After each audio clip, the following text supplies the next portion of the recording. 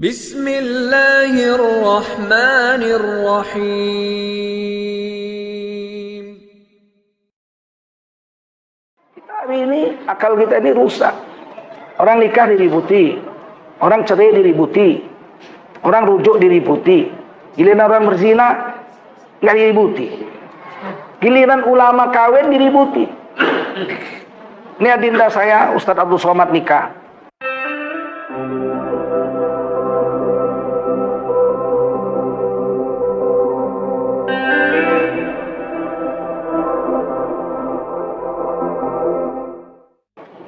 Yang bilang Nabi, kata Nabi, man qara'a harfan min kitabillah fahuwa bihil hasanah wal hasanatu bi asyri amsalihha. Siapa baca Al-Quran satu huruf, maka dia dapat satu hasanah dibayar 10 pahala. La aqulu alif lam mim harfun walakin alif harfun wa lam harfun wa mim harfun. Aku Rasulullah tidak mengatakan alif lam mim itu satu huruf, tapi alif satu huruf, lam satu huruf, mim satu huruf. Berarti siapa baca alif lam mim, dia dapat 3 hasanah dibayar 30 pahala. Meskipun tidak ada yang tahu artinya alif lam mim kecuali Allah. Nabi pun tidak memberitahu kita apa arti alif lam mim. Hadis Turmidzi ini membantah pendapat ustadz-ustadz sekarang yang mengatakan Bapak Ibu gak usah baca Quran. Untuk apa baca Quran, gak tahu artinya, gak berpahala. Apa Nabi baru turun di rumah ini ya? Nabi bilang baca Quran satu huruf dapat 10 pahala. Nun, nggak ada yang tahu artinya nun. Apa artinya nun? Nggak ada yang tahu kecuali Allah saja. Jangan diarti kalau nun, apa artinya? Jauh di sana. Nggak usah pandai-pandai. Nun dapat pahala 10. Kenapa? Karena dia bukan makhluk Allah, dia kalam Allah. Kalau hadis qudsi Allah yang berfirman, tapi Nabi yang atur kalimat-kalimatnya. Maka siapa membaca hadis qudsi tidak berpahala, melainkan dia harus tahu artinya. Contoh hadis qudsi misalnya, as-saumu li, puasa itu untukku, aku itu Allah. Wa ana ajzibi, dan aku yang akan membayar pahalanya kepada orang yang puasa. Nggak ada yang tahu besar pahala puasa kecuali aku. Kalau kita baca hadis qudsi nggak tahu artinya, nggak berpahala. Apalagi hadis Nabi, kita baca hadis Nabi nggak ngerti artinya, nggak berpahala sama sekali. Lebih bagus bahasa Indonesianya dibaca, masih lumayan lah, ngerti sedikit. Misalnya kita baca innallaha yaqbalu taubatal abdi ma lam yugharrir, nggak tahu artinya, nggak berpahala. Tapi kalau dia tahu artinya, sesungguhnya Allah menerima taubat seorang hamba selama nyawanya belum sampai sini, belum sakaratul maut. Satu hari lagi mau mati, tobat, biar dosanya sebanyak pasir di laut tambah sebanyak bintang di langit, diampuni Allah. Tapi kalau udah sakaratul maut, Fir'aun aja tobat nggak diterima sama Allah. Fir'aun tobat waktu mau mati, dia bilang tiada Tuhan selain Allah, wa ana minal muslimin, dan aku orang Islam. Tobat. Kenapa? Dia tobatnya udah mau mati, nggak diterima.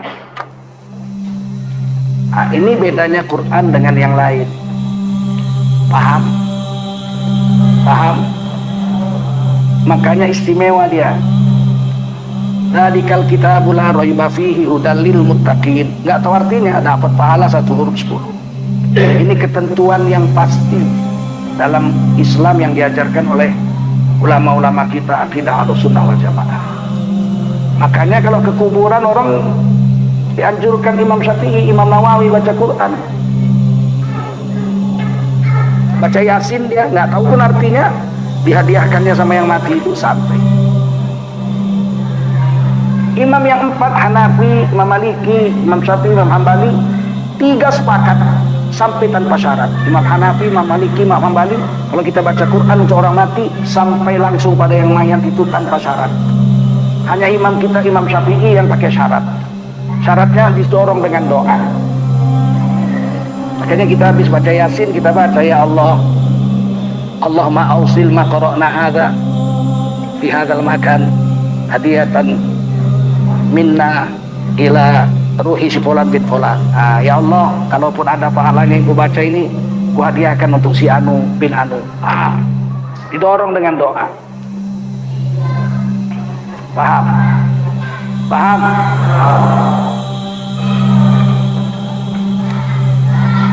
Al-Quran ini selain kalam Allah, dia furqan, membedakan yang hak dengan yang batil. Kalau Quran sudah bilang tidak boleh, nggak usah dicari-cari jalannya lagi supaya boleh. Kita yang harus ikut aturan Quran, jangan Quran yang kita ikut aturan kita. Sekarang Quran dibikin kayak rumah sewa, cocok masuk, nggak cocok pergi. Kita yang harus tunduk dengan aturan Quran.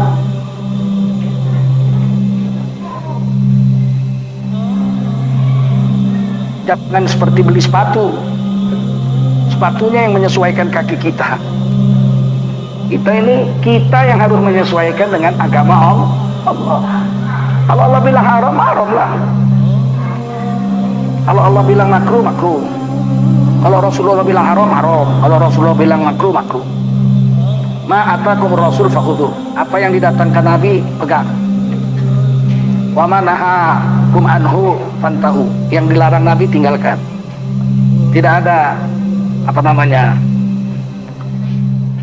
alasan untuk mengubah Quran itu. Itu ayat Quran. Ada satu orang ulama ditanya sama muridnya, apakah ada Al-Quran melarang bencong? Oh, ada. Mana? Itu. Ma atakum rasul fakhudhu. Yang diperintahkan Rasul, terima. Wa ma nahakum anhu fantahu. Yang dilarang Nabi, tinggalkan. Bencong itu dilarang Nabi apa enggak? Hah? Dilarang enggak? Ada bencong gini. Ini sekarang aneh. Bencong dibela. Bencong dibela. Menteri Agama yang kemarin itu bilang apa? Bencong-bencong itu, mereka itu punya hak asasi, harus dirangkul. Jadi kaulah rangkulnya, aku nggak berani aku. Bencong kok dirangkul. Giliran ulama kawin diributi. Ini adinda saya, Ustadz Abdul Somad nikah, gadis 19 tahun, diributi. Ustadz Abdul Somad 44, udah tua 44, ngambil gadis umur 19. Ya Nabi umur 51 ngambil Siti Aisyah di bawah umur 10 tahun. Berani mengatakan Nabi jahat. Kita hari ini, akal kita ini rusak. Orang nikah diributi, orang cerai diributi, orang rujuk diributi, giliran orang berzina nggak diributi. Kan berarti otaknya udah nggak ikut Quran. Betul? Nikah itu perintah Allah. Fankihu ma tobalakum minan nisa'i matna wa thulatha wa ruba' fa in khiftum alla ta'dilu fawahida. Nikah 2, 3, 4 perempuan yang sanggup layak untuk dinikah. Kalau nggak sanggup berbuat adil, satu lebih baik. Nah, nikah itu perintah Allah, perintah Nabi. Nah, nikah sunnati faman lam ya'mal bi sunnati falaisa minni. Nikah itu sunnahku. Siapa melakukan hubungan suami istri nggak melalui pernikahan, berarti berzina, bukan umatku. Begitu maksud hadis itu. Orang nikah diributi. Profesor bin Samsudin nikah umur 60-an. Udah 60 kok nikah. Terus siapa yang ngurus dia kalau dia nggak kawin? Coba. Dan nikah itu kan perintah Allah, betul? Abu Thalib, kakek Nabi itu nikah umur 80. Oh. Dibawanya anaknya Abdullah, bapak Nabi ke Madinah, melamar Aminah binti Wahab dari Bani Najr. Waktu dilamar ini Aminah, di sampingnya ada perempuan. Biasalah kalau orang Medan bilang itu pendamping, pandongan. Kalau pengantin kan ada pendampingnya. Abdul Muthalib nanya, kamu siapa? Saya sepupunya Aminah. Udah kawin? Belum. Mau kawin sama saya? Ditengok perempuan ini, Abdul Muthalib gagah,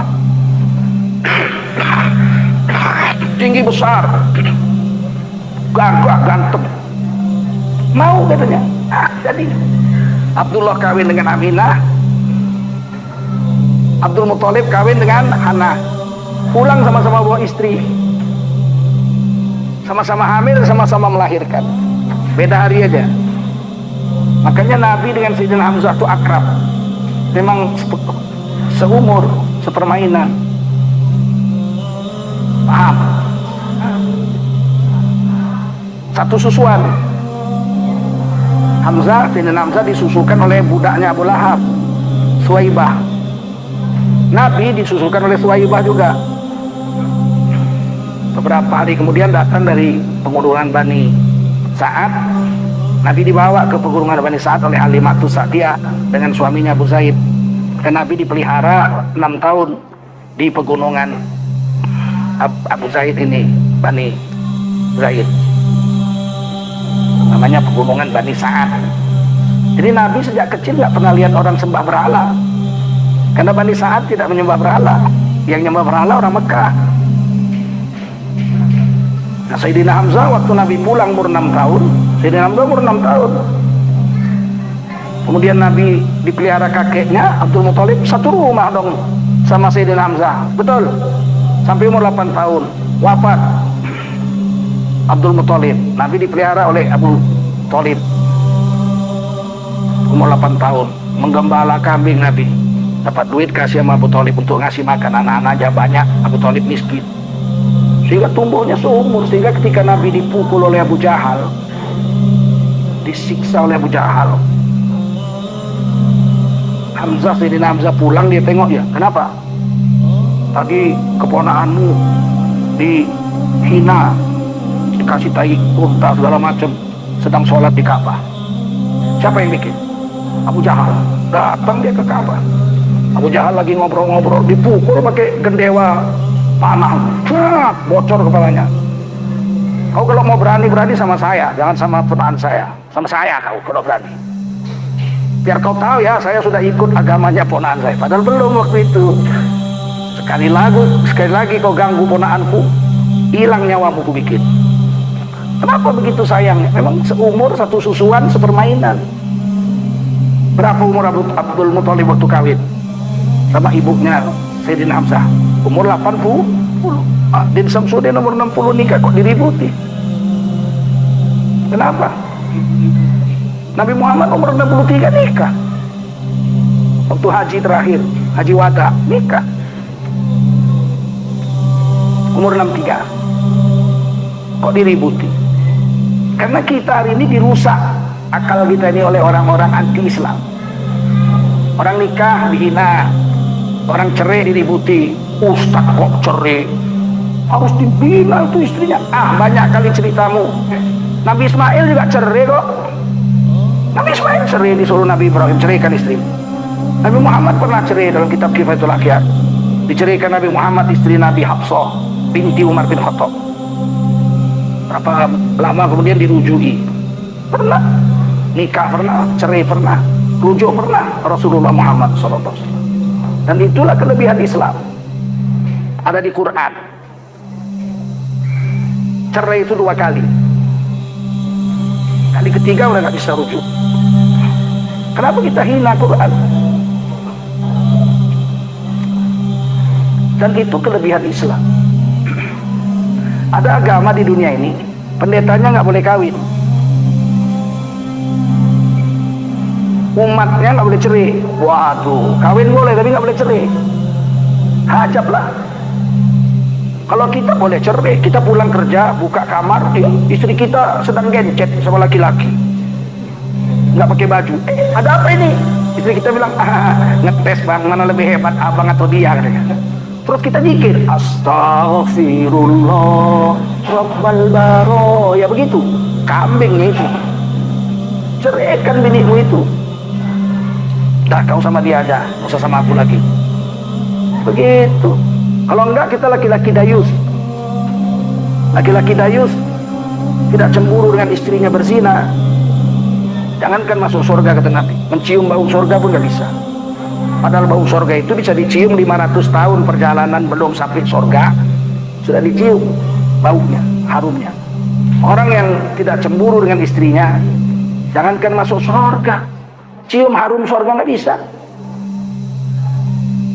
Justru tercerai, rujuk, nikah itu adalah syariat Islam. Harus kita bela itu. Kok malah kita caci maki, ikut-ikutan kita orang Islam menghinanya. Yang paling tahu urusan rumah tangga orang itu sendiri. Betul. Betul?